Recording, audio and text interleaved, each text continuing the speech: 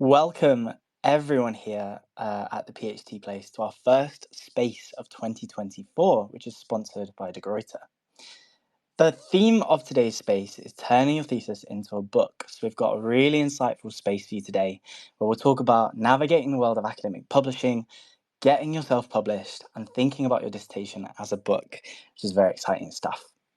My name is Nathan. I'm a third year PhD researcher, which is quite scary, at the University of Nottingham. Today, I'm joined with Dr. Myrto Aspioti, who is Acquisitions Editor in Literary and Cultural Studies at De Gruyter Brill. Now, Myrto, before we get started, I wonder if you could tell us a little bit about your own research and also about De Gruyter Brill. Hello, can you all hear me? Yes. Yes, okay. Hi, Nath. Thank you so much for the invitation. So like you said, I'm an acquisitions editor. I'm in charge of the literary and cultural studies list at De Gruyter Brill. I did a DPhil in modern languages at Oxford, and I wrote a thesis on contemporary German novels and performative authorship. And while I was doing my PhD, I realized that actually what I enjoyed doing most was going to conferences and organizing seminars and things like that, and generally just engaging with other people and their research, even more than engaging with my own research. And I was itching to try something new after my PhD, and academic publishing seemed like an academia adjacent field, and that I was lucky enough to get this job, which was first on a fixed term contract. It was exactly in my subject area, so I just got really, really lucky. So De Gruyter and now recently De Gruyter Brill has a very strong profile in German studies and in literary and cultural studies, amongst other areas. So I knew of the press already while I was a PhD student. And working here, I also realized that we also have a very strong tradition in other humanities areas as well, and in a lot of interdisciplinary fields. And as De Gruyter is one of the leading, De Gruyter Brill, we haven't been De Gruyter Brill for a very long time. So and we're still getting used to calling ourselves that. So we are now one of the leading open access publishers in Europe. So I've learned a lot about open access and what this model means, how it works, and I'm excited to see it grow in the coming years. Fabulous. Thank you very much. And thank you so much for being here and sharing your expertise with our community as well. Now, there are different ways to publish from your thesis. So most PhD theses will go into a repository at your own university and into a service like the British Library's Ethos service. In addition to these, some people will choose to publish one or more journal articles from their thesis. Lots of people write blogs on their PhD topic, present their research at a conference and conference papers. There are lots of different ways to disseminate your research and make it widely accessible. I know one person who turned their research into a short online course as well. But many people do choose to transform their thesis into a book and transition from dissertation to a monograph. So it's a pretty popular option, and that's what we're going to talk about today. So Myrto, how do you determine if your PhD is suitable for a book?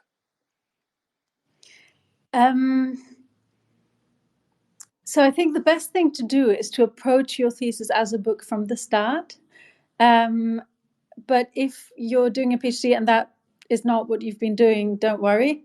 I think the way to determine whether your PhD is suitable for a book is to take a good, and by good, I mean honest, look at your table of contents and ask yourself, do you need to add any material to make your argument more broadly applicable? Do you need to shed any material?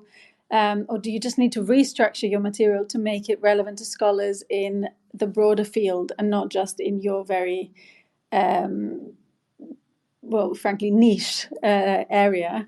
Then also ask yourself, are you prepared to work on the thesis manuscript for another 1 to 2 years to turn it into a monograph?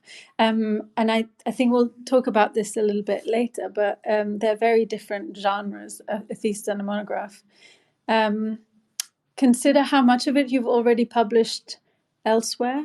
Because, like you said, Nate, there are people who publish journal articles and chapters and edited volumes already in the course of their PhDs, which is great, and it's something that's definitely very good practice for later working on a monograph. But if you've already published too much of your thesis as in different formats, then there may not be enough original material there for a book. And then finally, ask yourself, what is your situation? Are you embarking on a new research project? Does this build on your PhD research? How are you going to square the two projects? So there are a few questions to ask yourself, and you just need to be really, really honest about whether a book, a monograph, is the right thing for you to do next. And it's perfectly okay if it isn't, but if it is, there are a few things to bear in mind. Like I said, a thesis and a monograph are just fundamentally different genres of text. Awesome. So, yeah, some really great questions there to get people thinking. My advice as a PhD student would be to ask your supervisors and your colleagues what they think, particularly if they know your research well, because they've probably written a book before, so it's a good idea to draw on their expertise. Exactly, yeah. We often think about writing a book as though it were this shift from a narrow academic audience with a very limited readership to a more general readership. And thinking about what you've just mentioned there about the target audience, how does the audience for a book differ from the thesis? And what considerations would PhD students keep in mind as they begin to think about the thesis as a book? So what you just said, I hear that a lot. There is this idea that academic monographs address or should address a general readership, whereas theses are more specialized. But I don't think that's quite accurate. And monographs are more accessible than theses, for sure, but they are still addressing a scholarly readership. It's just a readership that's broader than the thesis readership. So it can be people from related disciplines, students, depending on the topic, also potentially practitioners, for example, museum curators, if you're writing about, say, memory studies or public history, filmmakers, if you're writing about film, and so on. But the general reader is, frankly, quite unlikely to pick up your book. But a reader without your disciplinary background, your specific disciplinary background, and your knowledge of the disciplinary vocabulary may well consult your book. So that's something to bear in mind. I see. So it's about striking a balance between depth and accessibility and That's right, yeah. keeping that scholarly readership in mind. Yeah. If we were to think about timelines, should a PhD student initiate the book adaptation process while still working on their thesis, or is it better to wait until it's complete? I think it's better to wait until you've finished your thesis before turning it into a book. However, you can already start contacting publishers before you finish the thesis. And when exactly to do that is, I can't say that there's like a one size fits all answer. There are pros and cons to getting in touch while you're still working on the thesis. Some of the advantages is that you can get good feedback and advice on structuring your later monograph. And of course, the thesis is then still malleable enough to be worked into shape. And the disadvantage is that you may not yet have all the information that the publisher needs about your monograph. So I'd say, as a rule of thumb, maybe wait until you're about halfway or a little bit more than halfway done. Then research presses and start contacting editors. And the people you want to be looking out for are called acquisitions editors or commissioning editors. That's the same role in different publishers. And that way, you'll be clear about where your argument is going, but you'll still be flexible enough to incorporate feedback and advice. And that's quite important because I think once your thesis is done, you probably won't want to move a single word around for some time. So it's good to have the flexibility to take feedback in your stride. Definitely. Yeah, it was actually my internal examiner during my second year annual review recently who suggested that I should consider using my research to write a book. And I think I was quite stumped. It's worth mentioning that not everyone is expected to do that. I attended a talk recently during which the speaker reflected on how she'd written a book a few years after her PhD and how it wasn't necessary to write one straight away after your thesis. Like you said, you don't necessarily want uh, to change anything straight away. Maybe it takes some time. Um, it's absolutely unique to each person. I also think it's really important not to underestimate the time and energy that the thesis takes, because turning that dissertation into a manuscript is going to be a substantial process in itself. Yeah, but like Myrto said here, I think it's a really good idea to get that dialogue going. Okay, now we're going to talk about the publication process and crafting a successful book proposal. So one thing I would recommend people do is go and check out a book proposal form, even if you're not necessarily at that stage yet.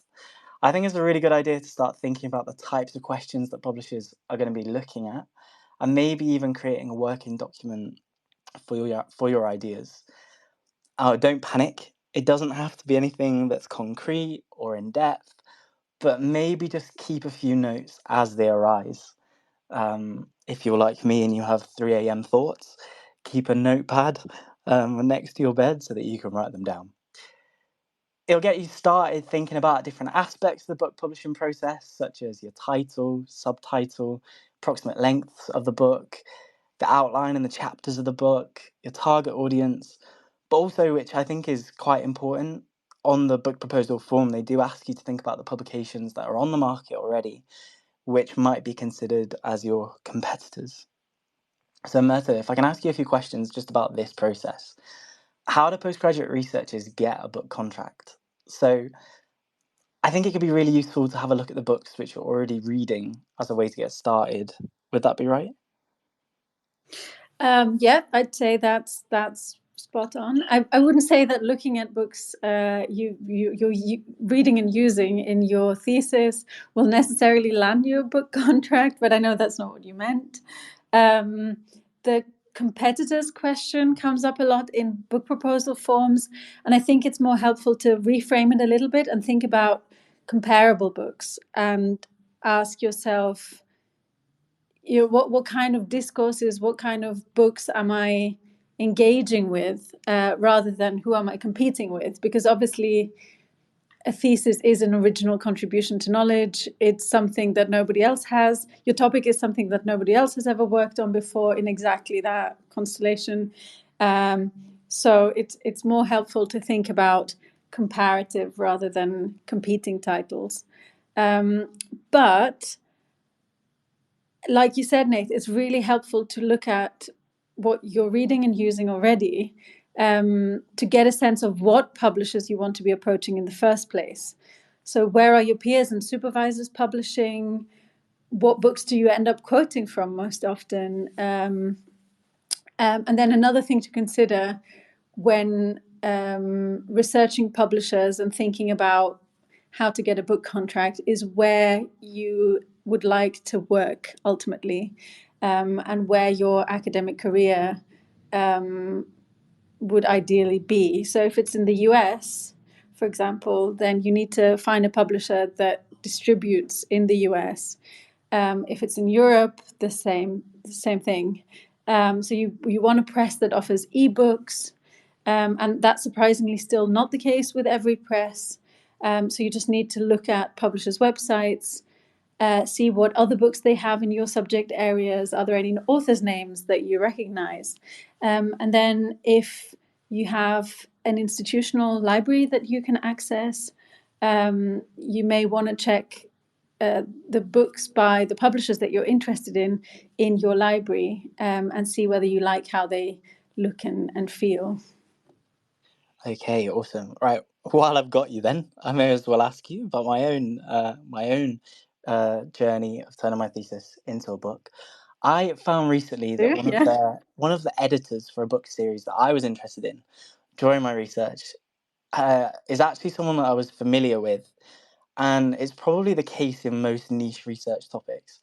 But do we contact the commissioning editor, or if we found a particular series, do we contact the editor of a book series? If you already have a person, if you know the book series editor personally, then I don't think there's any harm in maybe just dropping them a line and saying that you're interested in their book series. But the tidiest way to do it, as it were, is to go through the commissioning or acquisitions editor first, because that's basically our job. It's our job to mediate between authors and book editors and book series editors and peer reviewers, and we can even offer some advice on what specific book series editors like or dislike that can increase your chances of getting your book accepted. Yeah, so I think you should go through the commissioning or acquisitions editor first. Okay. And then maybe if you could offer some tips on how PhD students begin to think about their thesis as a book. So, why might it be a good idea to think about the thesis as a manuscript? That's a good question. I think, well, I thought about my thesis as a book while I was writing it. Never mind that it actually never did become a book, because I was busy with other things after my PhD. But it really helped me thinking about my thesis as a book, because it just gave me a better sense of the realizability of my research within the time frame that I had, and it also gave me a sense of purpose, and helped me delineate the scope of my topic more easily, and just pare down the corpus that I was working on, to make it more manageable, really. It also helped me focus on accessibility, from the beginning of the writing process. So I just had in mind from the beginning that it's not just going to be my examiners who read this. There may be other people reading it. Now I need to take them by the hand and explain to them where I'm coming from and where I'm going. And I did find that ultimately my examiners were very grateful for that, because hopefully it wasn't too jargon heavy and inscrutable. But the main reason why it's a good idea to think about your thesis as a book as early on as possible is because your thesis will only count for your academic career if you turn it into a book eventually. And I'm not saying, this may sound a little bit like I'm contradicting what we were talking about in the beginning. Journal articles, chapters in edited volumes, they're very valuable too, but for your academic CV, for job applications, sadly a monograph is a very strong card. Fabulous. Okay, thank you. Yeah, I think maybe it's not so unusual to think of your thesis as a book, because, personally, I find it very hard not to think my thesis as a book, because we read them all the time. So I'm Yeah. definitely going to start thinking about my book chapters. I'll start writing some notes as soon as we finish and send them over to you. Okay. You got my email address. I do. Right. So putting pen to paper then and delving into that process of writing your book. In your experience commissioning books with De Gruyter, what makes a good monograph? So yeah, this is, like you said in my experience, so this is subjective. I'm just giving you a disclaimer. So for me, clarity of writing and the absence of jargon is definitely very important. Also the ability to clearly convey what exactly and the argument is, and that right up front. Why the case studies and the corpus chosen are uniquely suited to the discussion of of the topic, why the findings are interesting, and by interesting, I mean interesting to more people than just the author. So again, circling back to the question of readership or audience, the best monographs address a general scholarly reader. So they contextualize and explain everything, obviously without simplifying or dumbing things down. They guide you through the argument, and this may be helpful to some people, they don't aim to be exhaustive. A monograph doesn't have to be exhaustive the way a thesis sometimes has to be. I think it definitely sounds like a challenge to write in a way that's very different from what many early career academics are used to. But for those of us like myself who are early in this process, early in this thinking process even, I definitely say everyone who's listening today, you are doing a good thing by joining us today, and that is just getting more information. So attending workshops, webinars and seminars which are offered by publishers is a really good way to prepare and get some guidance that makes this process way more manageable. So what other types of support should we expect from a publisher? And are there any practical tips that PhD students and early career researchers can draw inspiration from? Yeah, absolutely. And I just want to say, I think you're right. Knowledge is power. Information is power. So, yeah, it's just really good to know how the industry of academic publishing works before you even begin to engage with it. What you can expect as an early career researcher from your publisher is, I would say, above all, responsiveness and a solid quality control system. And by that, I mean a peer review system. They should be clear in their communication. And if they're not, because we're human, they should be able to clarify if you if something's got lost in translation. They should be able to give you advice on things like the structure of your book, the metadata of your book. So that's your book title, the marketing blurbs, keywords, basically anything that helps make your book discoverable online. They should be able to give you information about open access, which I referred to in the beginning. It's an increasingly popular model of publication. They should be able to give you advice on image permissions. And they should also provide a style guide for you to format your work according to. And then finally, also kind of marketing advice, basically advice on how to get your book noticed, how to advertise your books at conferences, and so on. Awesome. We've had at our weekly writing groups that we run on a Tuesday and Thursday, we have had our first academic journal paper, but we've not yet had our first book. So whoever wants to write the first book of the PhD Place writing group, we will be more than happy to market it and share it with our community as well. Okay. I think I'd also just like... The kind of work you do, Nathan, is very helpful for young authors wanting to get their book noticed. Definitely. Yeah. And we're always happy to share new publications. I love that when people share things with us. So yeah, do celebrate your journal articles, your books. Share them with us over Twitter, direct message if you want to, and we're more than happy to share it. Yeah, I think just drawing on what you said there, I'd like to emphasize the importance of establishing good communication with the publisher's editor. People like Myrto are here to help. So be sure to just ask the questions that you need to and get the answers that you need, because it is a whole different world. The publishing is just a whole different world. So it's okay to feel a little bit like a fish out of water, and just ask the questions that you need. Right.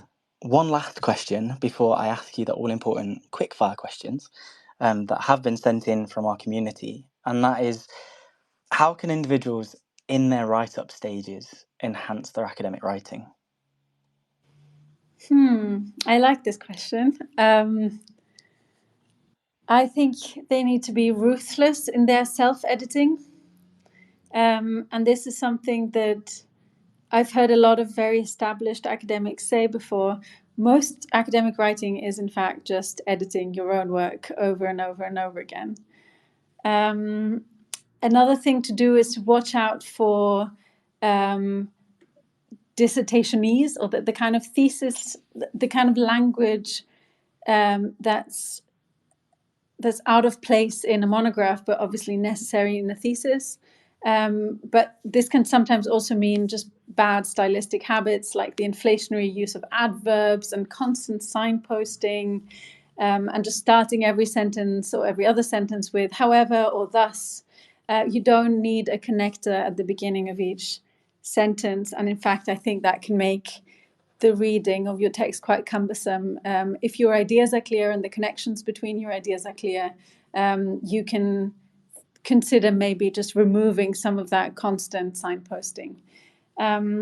Another thing that I personally find very helpful is to imagine a specific reader, ideally a real person, someone whose opinion you care about. Maybe your supervisor, a former teacher, a peer, co-worker, just basically anyone whose reading you trust. I think that really helps keep you in check, basically, when you're writing. And finally, I think it's always helpful to get someone to read your work and provide feedback. And I've heard this before from other editors, and I completely agree.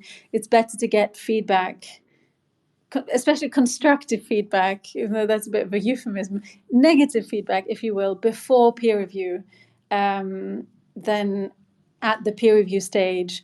And it's definitely better to get negative or constructive feedback before a published book gets reviewed. Awesome. So choose a victim and Choose a victim. and read your book. Read your writing to them. I love that term, dissertationese. I think we're That's all... not mine, by the way. It's not my own term. It's an author that I've worked with in the past, and I've been citing. He's really wonderful. It's his term, just to, yeah. Well, it's a So fantastic I term. take credit for this. Yeah, and also I love a good thus. Probably too much. I think Control F and search for some of these words just to make sure that you're not overusing them. Exactly. Universal search in a document for thuses and howevers and furthermores is definitely helpful. And yeah, you are right. It's definitely hard to proofread your own thesis. Not only because it is your baby, but because it's very familiar. I'll say it again, like I've said it 1,000 times. In order to self-edit, I think you have to make the familiar unfamiliar. So read your thesis out loud, change the font, print it out. If you need to, take some time out and come back to it. Self-editing is a very, very, very tricky process. And making your thesis appear unfamiliar to you helps you critique it better and notice those mistakes. Okay, right. I think it's time for some rapid quick-fire questions, which have been sent in from the PhD Place community. Are you ready? Oh, sorry. Yes, I am. Awesome. Okay, so the first one. What are the most common misconceptions or mistakes that people make when submitting a manuscript proposal?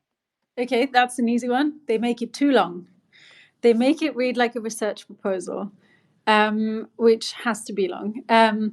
But we at the press are looking for different things. So we're looking for force of argument, clarity of writing rather than, say, a nuanced account of how it came about. Another mistake people make is they wait too long before submitting their manuscript proposal. And like I said before, that means they don't, by the time they submit it, they don't have the flexibility to incorporate feedback. Or conversely, they just send it in too early before they even know what their argument is. Awesome. Yes, I'm definitely guilty of waffling. I think, yes, that's fantastic advice. Thank you. And Thank the you. second question, which I think was a joke, but does raise a valid point, and that is, can I have an extension? Yes. I don't know who asked this question and what their project is and what their situation is, but yes. So we're human, and we editors are generally a friendly bunch. So what we need is enough notice. So don't ask for an extension on the agreed submission date, please. But if you ask a couple of weeks early, then you should generally be able to get an extension. Do bear in mind that publishers have their own internal planning to do. So we have production slots to book, we have deadlines to meet. So if you don't meet your deadline, we need to shift things around. It can be done. Again, we're human. We're all, we have some flexibility, but it's just the decent thing to do to give us enough notice. Mm-hmm.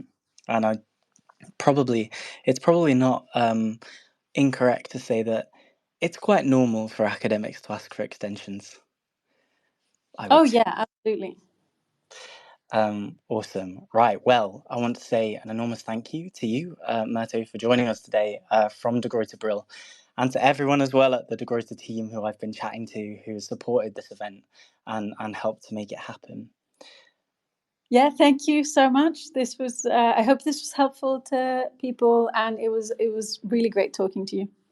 Definitely. De Gruyter have lots of great resources on their website, social media. And I have to say, your YouTube channel in particular has lots of content on publishing for early career researchers and becoming an author, whether that be publishing a book, a journal, and also on open access. I know that I've definitely learned a lot from today, and I hope that this space, like Myrto said, has helped you better understand the publishing journey and the process of turning your thesis into a book. So thank you everyone for listening, whether you've joined us for our live event or you're playing this on catch up. And I would encourage you to follow De Gruyter Brill and the PhD Place for more academia related content. Thank you very much. Thank you. If you enjoyed this video and would like to see more academia related content, then please subscribe to the PhD Place YouTube channel.